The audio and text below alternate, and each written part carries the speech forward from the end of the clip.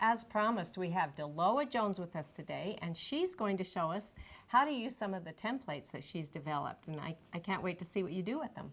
Well, this year we've developed a couple new ones, so it's exciting to show them. But I really have developed tools in which I can use. They're easy to use. I don't have to cross my hands, and that's a big deal for me because once I cross my hands, I have no control.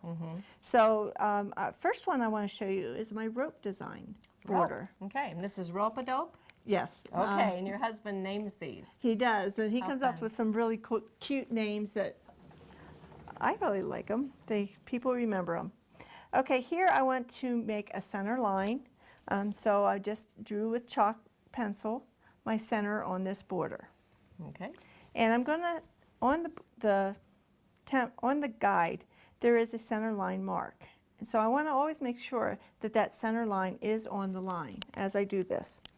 Now I'm gonna start with a blunt end to show you how to do that, and then I'll show you a corner. So here I'm gonna put my template, my guide up, see where it comes to, and see where my line for my stitching is going to start. Pull up my thread. I'm just going to do a little back stitch there just to secure it.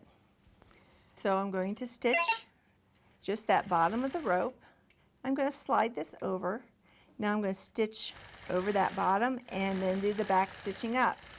As long as that is on the center line, that back stitching is going to be exactly where it needs to be. And those are hard to do when you're doing them freehand, so having that guide makes it real nice to do that back stitching.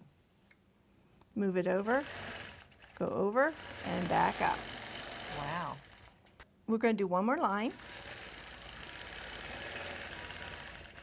Okay, I'm going to stop it just because I want to show you how to do the corner. One of the problems we find with templates and designs like this is you get to the corner and you just fudge it. Well, we wanted to make this a definite way of how to fix the corner. And once you know this measurement, you can just do the whole border at once. You don't have to stop. But what I'm going to do is I have an arrow here that I'm going to match with the top of that rope. And then I'm going to see what the measurement is from that arrow to up here. And we have 1/4 of an inch. So as I go over here, I'm going to match that center line, match the 1/4 of an inch, and then I'm going to draw a chalk line. And we have this special guide here so that it's a drawing tool, and it's a little thinner to let you know it's a drawing tool, not to put your machine up to it. Oh, okay, so that's just a guide to do the corner. Yes. Okay.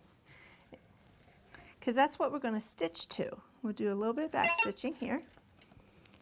And let's pull this back up. And we were right there. And as long as I match that center line, I'm good. I'm going to slide it over like I would, and I'm going to stitch until I hit that that line that we drew. Now I haven't hit it yet, so one more over.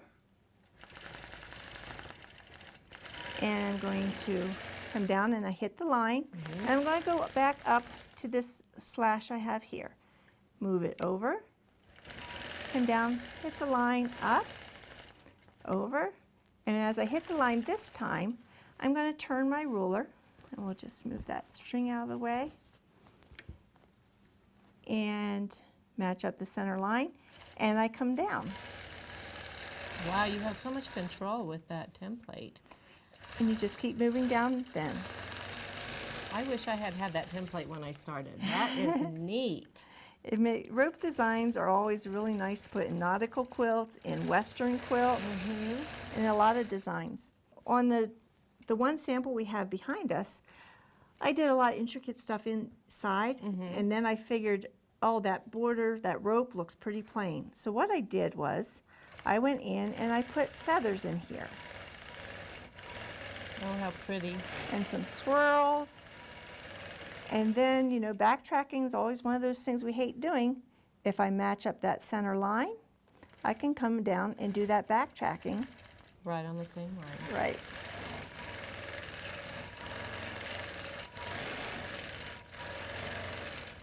Match up center, and I'm going to come down on the back stitch.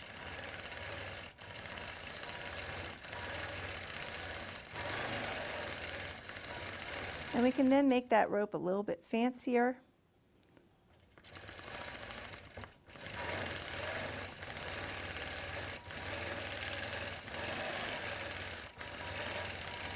And I'm sure there's a lot of designs that you could just improvise in there to match the quilt, or just for fun, because we have to have a little bit of fun in this also. And you can see, you can make it real fancy. With this quilt, of course, doing everything last minute, this had to be done before I left for a show the next day. So I was showing different techniques on this to put in my booth. And when I did the border, I did then intricate things in the inside. And so the border looked pretty plain. So I went back and I put all of the feathers in after the whole quilt was done, which really makes this quilt stand out. Well, I really like that rope-a-dope. Thanks. And now you're going to show us the Deloa's boomerang. Yes. Okay. And the shape of it kind of instilled the name. We have these in many different sizes, but for a little area, I like to work with the little one because it has such a drastic curve that it just is dramatic. Okay. So we're going to do just some curved cross hatching in this triangle, and I need to give myself some guidelines because with the curved cross hatching, it's really easy to get off and not know it till you're really off. Oh, and then it's too late. Everything gets off. Picked out Yeah. bad. So I'm just going to freehand this, but I'm going to put a line across there and a line down there, just perpendicular, so that I can know that I'm coming in at that angle that I want to come in at. Okay. It looks really nice if I do one curve going from this point to this point, just like you would do continuous curve.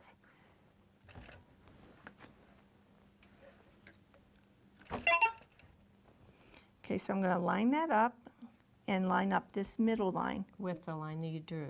Correct. Okay.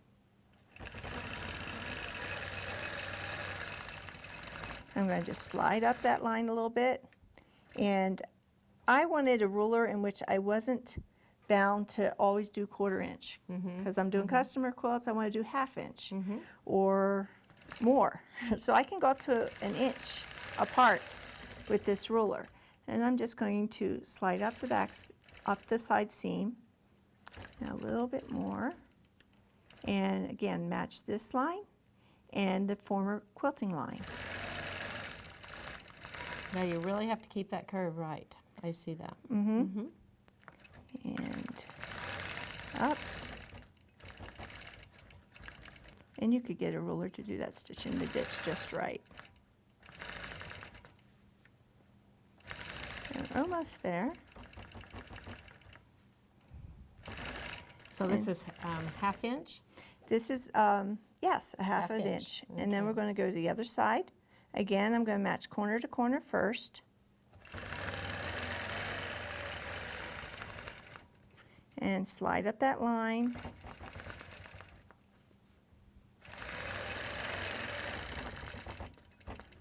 And with most of my samples, I'm going to make something that I can do in the ditch on the sides, or you could stop every one, but that's going to take a little bit longer. Yes, it You have is. to be so careful with those tie-offs.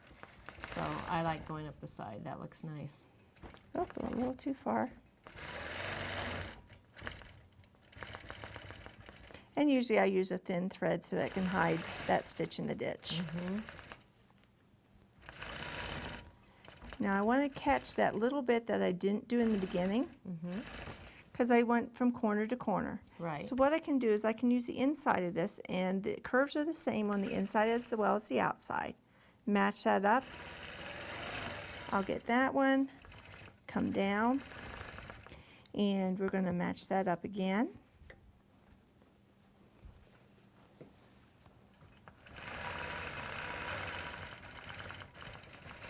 And you have that curved cross hatching. Oh, that's so pretty and so even.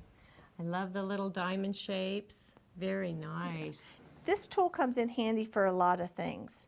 I could do continuous curve.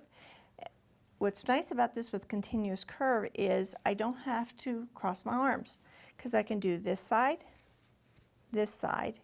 then go to the inner one Inside.